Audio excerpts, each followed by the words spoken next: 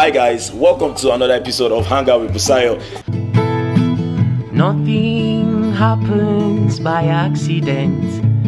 There are things our eyes cannot see. A complete one. Every challenge you have to re-strategize. Look at what you can do to beat the odds, to come up higher. Hello, welcome to Hangout with Busayo. Today on the program, we have someone very spectacular, a gospel minister, and he's here with us to give us one or two things you possibly don't know about him. And we have, I won't tell you who we have, but let's go on this short break. We'll be right back on Hangout with Busayo.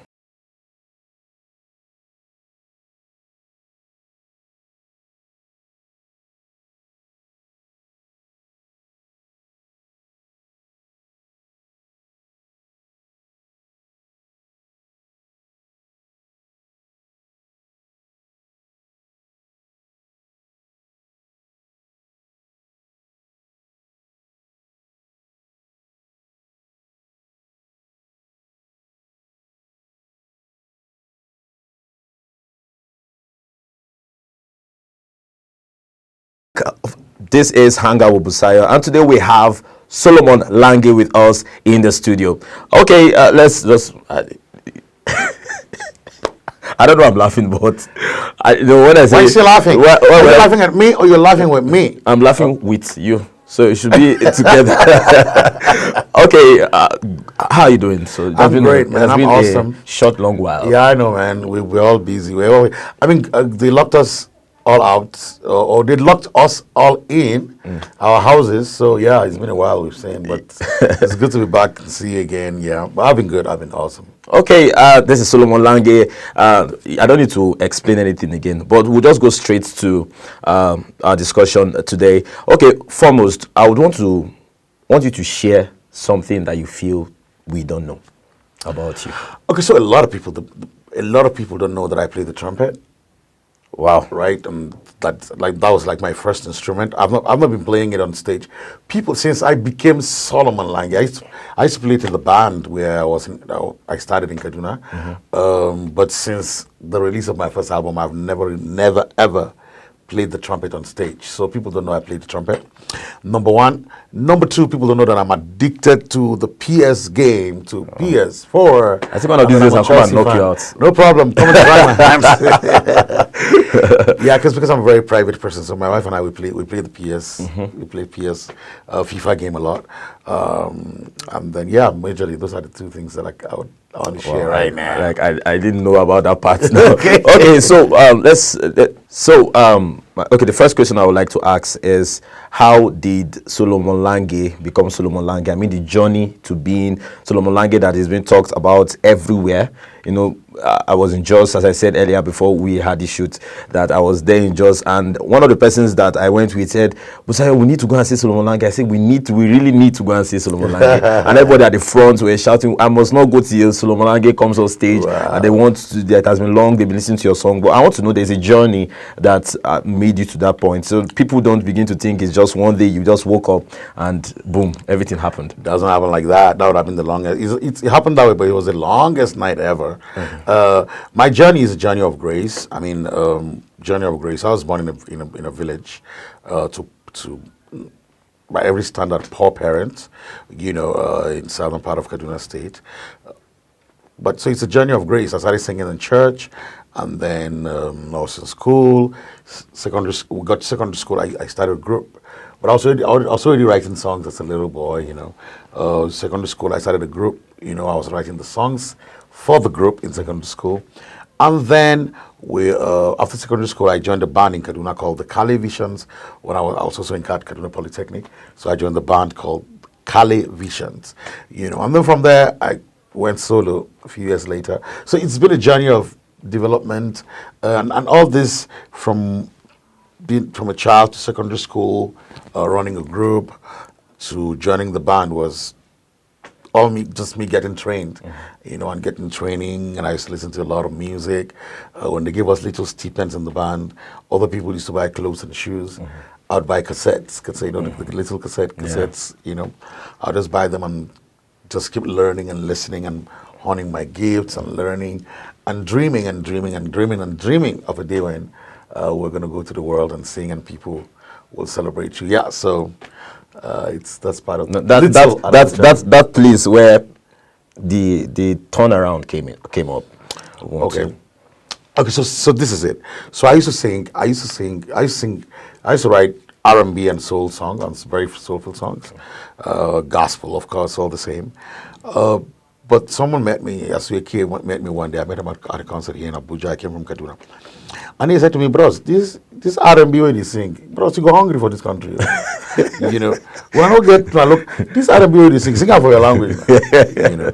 And so it made a lot of sense, because growing up, we only spoke Hausa in the village. So I used to write a lot of Hausa songs. So I was like, oh, okay, it's not a bad idea. So one day, it was my birthday, I decided to write my first major, apart from the ones I was writing when I was a kid, my first major Hausa song, and it was Nagodi. And I did the song, I wrote the song, and then I would go to, because people were inviting me. I wasn't so popular yet, but people were still inviting me. Churches were inviting me to sing at youth conventions. They had youth programs here and there. They were inviting me. So if they invite me, so when the Hausa song came, I would go before singing my main R&B or soul song.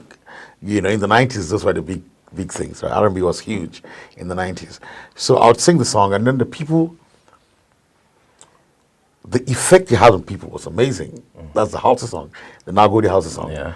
So it was not getting more attention from the people than the well-crafted, rhymed, correct rhymes, back-to-back rhymes of well-written R&B songs. I was like, oh, okay. So I mean, I would be a fool not to give attention to that song. So I started giving that attention to the song, and everywhere I went, people wanted it, people loved it. So I spent more time singing it. And I'll go to some places, I'll start singing it, and I wouldn't be able to sing anything else. Go to some places and I'm singing it, and I won't be able to sing other songs, right? People will just keep asking, oh, just keep singing, just sing that song, repeat that song, and they keep asking, Nagodi. And that was it. We released Nagodi in 2008, and the acceptance was amazing, was awesome. Yeah, it beat our imagination. I remember when I first heard that song. I didn't hear it until 2008 though. Okay. Around 2009 when we had the church program, and I was in Niger State then, and Samurai Kabani Nagodi. My voice, you should not compare with. so something like that. We sang the song, and before you knew it, we started downloading to Albaku, all the other songs, all the other songs, started getting them, and it was one of the things that we led on to. Now, before I ask you the next question, I'll ask you the next question. Let's go on this short break. I will be right back here on Hangout with Busayo.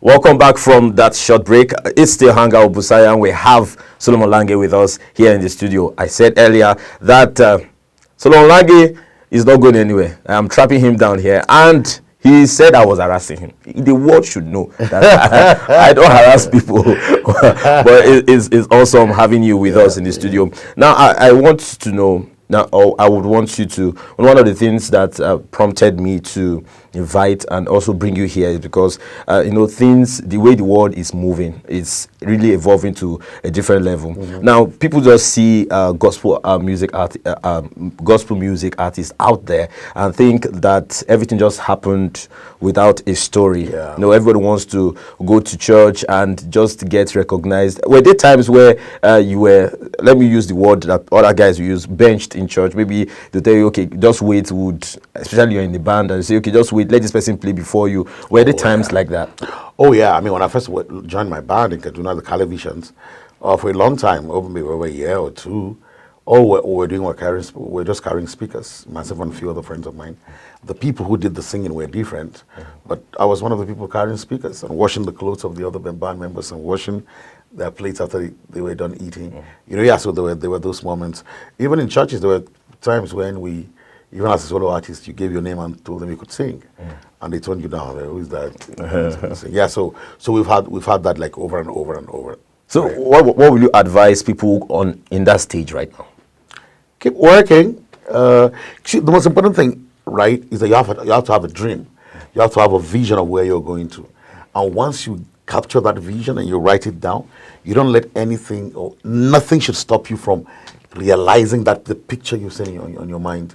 If you see the picture of being invited in different conventions, if you see a picture in a dream, you have a vision of, I'm not saying you must sleep and dream, use your imagination to create it, craft it. If you have a vision of a beautiful place you're going to where your gift is going to be a blessing to people, then you keep working, you keep honing your skills. You know that it takes skills, it takes a gift together. You have the gift.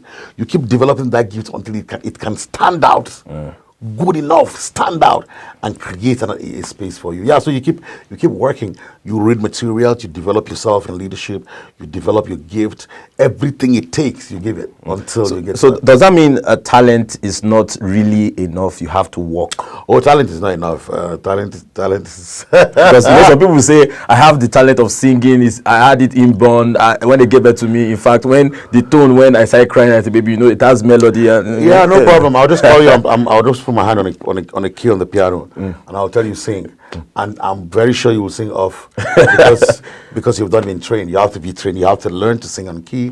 You have to. There are a lot of things that you have to learn. So you have to join. If you're church, you join the church choir, or you join a band. But you have to learn, or you go to a music school. You have to hone the skills. I mean, we know that Ronaldo is not as naturally gifted a footballer as maybe someone like Lionel Messi. But we know it's sheer hard work, insane hard work. You know, you learn, you work so hard that even people who seem to be more naturally endowed than you begin to call you mentor. Yeah, you know, there's something that just popped up when you made mention of that. You know, some people will say, I have grace, I don't need to work. Actually, grace is work. Yeah, grace is if you have grace, then you work. What makes me have grace? One of the things that I know that makes one of the proofs that I have grace is that I can. If you only work for 6 hours, I can do 12. If you can only work for 10 hours, it means I can do 20. Because I'm enabled by grace to work. Because only sheer hard work, only work can bring out beauty. Only work can achieve excellence. Only work can achieve skills. You don't just wake up and skills. You don't wake up and you start doing. You learn it. So the more time, the more work you put into it, the more results you're going to get. Grace doesn't mean lazy. Grace means I do more work than you. I have more strength to do more work than you. I'm more inspired than you. You know, and when you have inspiration, you draw it out, you bring it out and show it to the world. Okay. Okay. In conclusion, I would want to ask, okay, what kind of advice will you give to people who are undergoing serious situations, serious issue, maybe troubling times? You know, COVID-19 came, and most people, like, they are struggling as individuals and all. What advice will you give them at this point in time? Some are saying, okay, I'm dependent on my ability. I just have this skill. For instance, Busayo can talk, and I just say, okay, where will, something like that. Now, what will you really advise people like that? One thing I can tell you is that the human being is the most dynamic being of all of God's creation. You are more dynamic than the dinosaurs, if they exist. You're more dynamic than the mountains. You're more dynamic than water. You're more dynamic than the whole universe. That's why God created everything before He brought you into being. So never feel locked up by anything in this life. If any situation locks you up, begin to search inside. Begin to search. That's where work comes in. You begin to develop a new gift, and God will show you another way. Or even in that your same gift, that your same area. You begin to think. You go on YouTube. You go on different things, and as you're studying, the inspiration of God will begin to give you direction on things that you can do. Some people, with the lockdown, some people make much more money than ever. Do you know what I'm saying? Yeah, because there are things that will always sell. Things like food. Lockdown doesn't stop people from eating, does it? No. Yeah. It doesn't even also stop people from watching TV. That will bring me up to this. I said we are going to finish then, but now some gospel artists, gospel ministers, they believe that, okay, when you are doing it, is there anything like being full-time? I mean, that's what you do. You don't have any other job you do. Maybe something you gifted another skill that you could do. Is it Is there anything called full-time gospel ministers? I mean, music ministers. You know, when we grew up, they used to tell us that thing about full-time ministry. I don't know what it is. I think it's sheer laziness. For you to sit down and say the only thing you do is, especially if you're not getting results at that moment. If you, for instance, I do music. I'm quite busy. I'm quite busy. Like I'm traveling. I'm out of town maybe every other day of the week, right? I'm singing in one place or another. My ministry has matured to a level where I can say I do it full time, but I still do many other things. In spite of how busy I am, because the music itself has created other opportunities for me in other things and other industries. So I get to do them now. But it's sheer laziness for you to just sit down. You don't read the Bible from morning till night. You don't sing from morning till night. So you need to develop other skills, because only the living can sing to the world. So you need to create other skills that will put food on your table, so that you are alive, you eat, and you are alive to be able to sing to the world.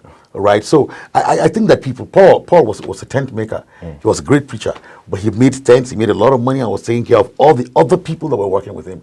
So you have to be able to, one of the things about the covenant, one of the beautiful things about the New Testament that Jesus has called us into is that you must be able to take care of yourself and then take care of others.